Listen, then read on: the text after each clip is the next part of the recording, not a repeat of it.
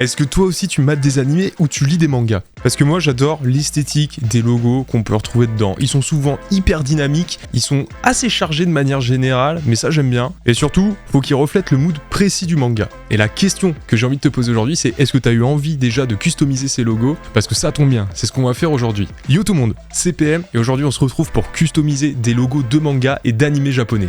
C'est parti.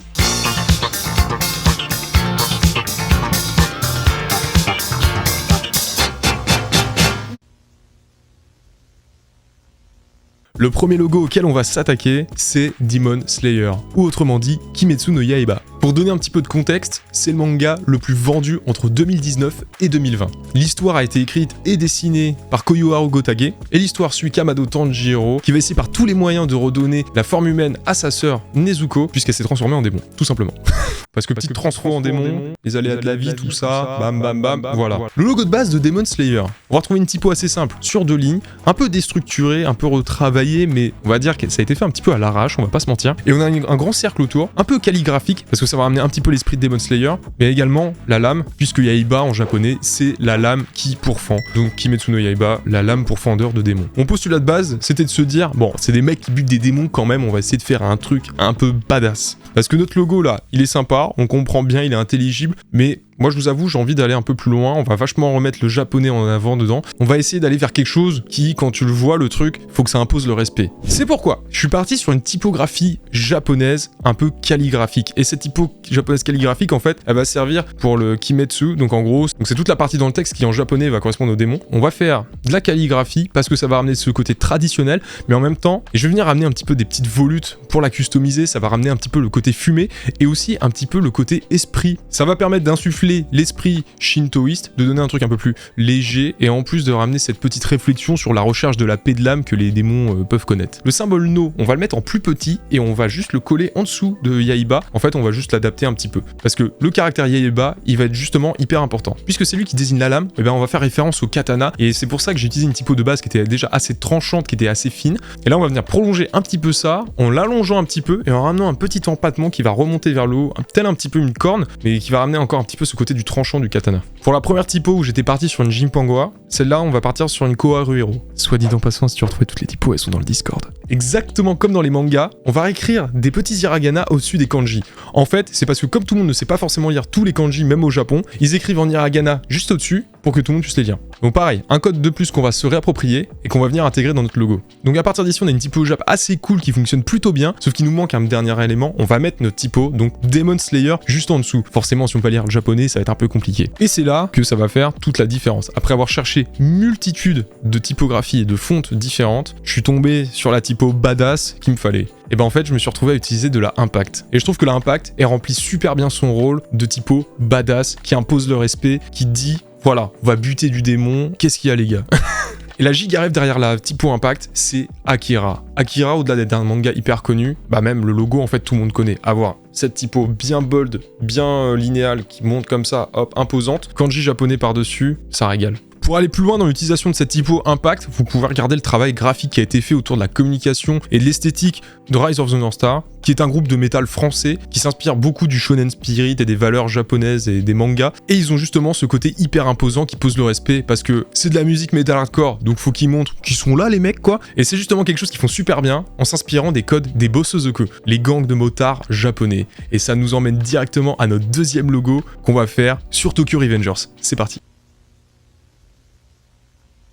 Tokyo Revengers, c'est un manga écrit et dessiné par Ken Wakui depuis 2017. Actuellement en France, au moment où sort cette vidéo, on doit compter environ 19 tomes. Tokyo Revengers, ça raconte l'histoire de Takemichi Anagaki, qui est un jeune friteur de 26 ans. Les friteurs, on les appelle comme ça au Japon, c'est ceux qui vont passer de petit job en petit job. Et il apprend un jour à la télévision que son ex-copine du collège, Hinata, est décédée dans un accident mêlant un gang de Tokyo Manjikai. Le lendemain, en rentrant du travail, manquant de se faire renverser par un train, il est mystérieusement sauvé et renvoyé 12 ans dans le passé, à l'époque où il sortait encore avec Hinata. C'est alors que Takemichi décide de tout faire pour sauver Hinata. Maintenant qu'on connaît un petit peu le contexte et l'histoire de quoi parle Tokyo Revengers, tout ça, faut qu'on regarde un petit peu le logo de base. Et le logo de base, les gars, je dois vous avouer que c'est quand même juste une typographie comme ça, noir sur blanc, qu'elle est pas très travaillée. Ils ont fait ça assez vite. Je sais pas si le mec décollait trop vite et si le manga marchait trop bien, mais les graphistes ils ont pas eu le temps de suivre en tout cas. D'autant plus que ça parle des Bosozoku, de la racaille japonaise, des gangs de motards, tout ça. Il y a vachement matière à faire. C'est hyper codifié comme milieu et il y a beaucoup de codes esthétiques à respecter. Et c'est là où ça va être super intéressant de creuser parce que c'est là où on va pouvoir aller chercher beaucoup de références. J'ai fait pas mal de petites recherches et j'ai trouvé des trucs super intéressants. Si les gangs de motards japonais c'est quelque chose qui vous intéresse, je ne peux que vous recommander le très bon documentaire sur Vice qui s'appelle Le lent déclin des bikers japonais. Également, si ça vous intéresse, Tempura, qui est un très bon magazine sur la culture japonaise, ont sorti un hors-série sur les Bosozoku. Donc ça aussi, vous pouvez creuser de ce côté-là. Moi-même, je l'ai commandé exprès pour cet épisode et j'ai trouvé ça super cool. Et dernièrement, dans les petites références que je peux vous proposer, ça va être du côté de la bibliothèque. Et encore une fois, c'est chez Masala Noir qu'on va retrouver un petit bouquin qui est hyper intéressant. Alors je crois que celui-ci, il n'est plus disponible, mais voilà, il y a pas mal de logos hyper intéressants. Maintenant qu'on a vu comment était codifiée l'esthétique des Bosozoku, on va pouvoir passer à notre logo. Donc d'entrée de jeu, je vais devoir ramener de la calligraphie japonaise, que je vais pouvoir m'inspirer des patchs qu'ils ont notamment sur leur veste, et de 2-3 autres accessoires. J'ai fait une forme de losange parce que c'est une forme qui revenait plusieurs fois parmi les logos que j'ai pu voir des gangs. Ça peut rappeler un petit peu des plaques en métal, les plaques en métal, plaques d'immatriculation, c'est un peu tiré par les cheveux, et je trouvais qu'il y avait aussi un parallèle à faire par rapport aux motos. En gros, on va placer Tokyo dessus. Donc Tokyo, bam, calligraphie japonaise en 2 éléments. Donc je suis parti d'une typo existante qui s'appelle la Togalite, que j'ai baissée en opacité, qui n'a rien à voir avec le cas ici, mais qui va être pratique pour la structurer justement. À partir de là, je suis venu ramener des arrondis et ramener un côté un peu plus calligraphique à ma typographie. L'idée c'est de la simplifier volontairement en termes de calligraphie pour rappeler ce côté patch où on a besoin d'éliminer un peu de détails pour la broderie. Ça va permettre de ramener aussi le côté un peu peinture, côté fait à la main, et comme c'est des adolescents dans le manga, on peut très bien s'imaginer que ce soit eux qui ont écrit la typographie eux-mêmes. Pour la typo de Revengers, je suis parti sur une calligraphie assez simple, celle qu'on va retrouver à chaque fois sur leur veste brodée.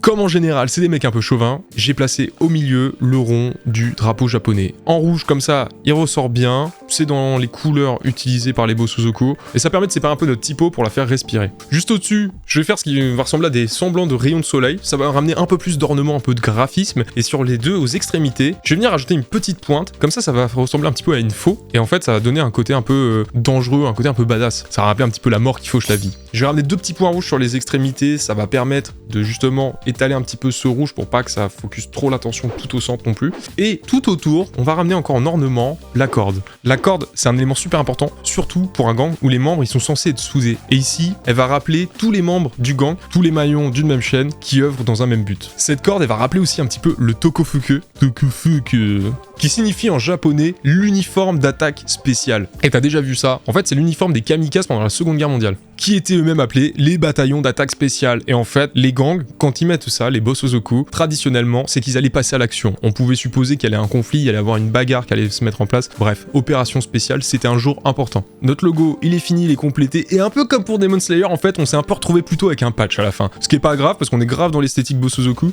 mais on a un peu changé de trajectoire au final. Pour les 2 logos, je me suis permis de faire des petites déclinaisons. Demon Slayer, on l'avait en noir et blanc, je l'ai fait en inversé, et pareil pour Tokyo Revengers, on l'avait en couleur, je l'ai fait en noir et blanc. Comme ça, on a un logo plus une décli. D'ailleurs, c'est lequel ton préf? Je t'invite à me dire si c'est le 1, le 2, le 3 ou le 4, et si ce concept de vidéo t'a plu, et bah ça sera avec plaisir d'en faire un second. Psst. Tu veux que je t'apprenne à faire de la grosse moua de l'espace en faisant toi-même tes propres billets? Viens avec moi dans cette vidéo.